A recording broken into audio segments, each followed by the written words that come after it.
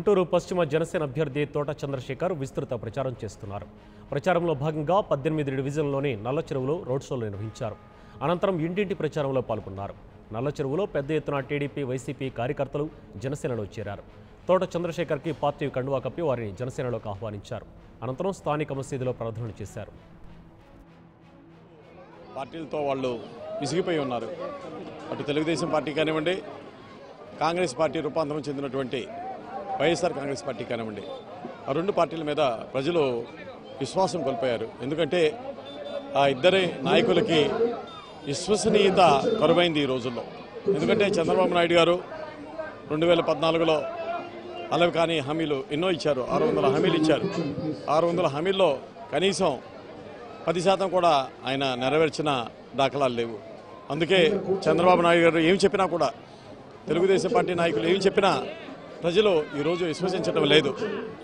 అలానే ప్రతిపక్ష నాయకుడు జగన్మోహన్ రెడ్డి గారు, ఆయన కూడా అలవి కాని హామీలు ఇస్తున్నాడు. ఆయన ఇచ్చే హామీలు అమలు చేయాలంటే 5 లక్షల కోట్లు ప్రతి సంవత్సరం అవసరం ఉంటుంది. మరి 5 లక్షల కోట్లు ఎక్కడి నుంచి తీసుకొస్తారో నాకైతే అర్థం అవ్వట్లేదు. అందుకే ఆయన ఇచ్చే హామీలు కూడా ప్రజలు నమ్మటం లేదు. ఈరోజు ఈ ఆంధ్ర రాష్ట్రంలోని ప్రజానీకం ఎవరినైనా నమ్ముతుందంటే, యువత ఎవరినైనా నమ్ముతుందంటే, మహిళలు ఎవరి మీదైనా నమ్మకం పెట్టుకున్నారంటే అది ఒక్క జనసేన అధినేత పవన్ కళ్యాణ్ గారి మీద. ఎందుకంటే పవన్ కళ్యాణ్ ఒక నిజాయితీ, నిబద్ధత కలిగిన నాయకుడు. ఆయన ఏదైతే చెబుతాడో అదే ఆచరణలో అమలు చేసి చూపిస్తాడని ప్రజలంతా బలంగా నమ్ముతున్నారు. అందుకే ఈరోజు జనసేన పార్టీకి ప్రజలు పట్టం కడుతున్నారు. ఎక్కడికి వెళ్ళినా నీరాజనలు పలుకుతున్నారు.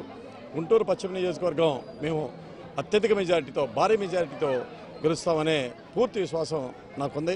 ఎందుకంటే ఈరోజు ప్రజలు మాకు కనిపించే ఆదరణ, వాళ్ళ అభిమానం, వాళ్ళ ఉత్సాహం చూస్తుంటే తప్పకుండా జనసేన అధికారంలోకి వస్తుంది.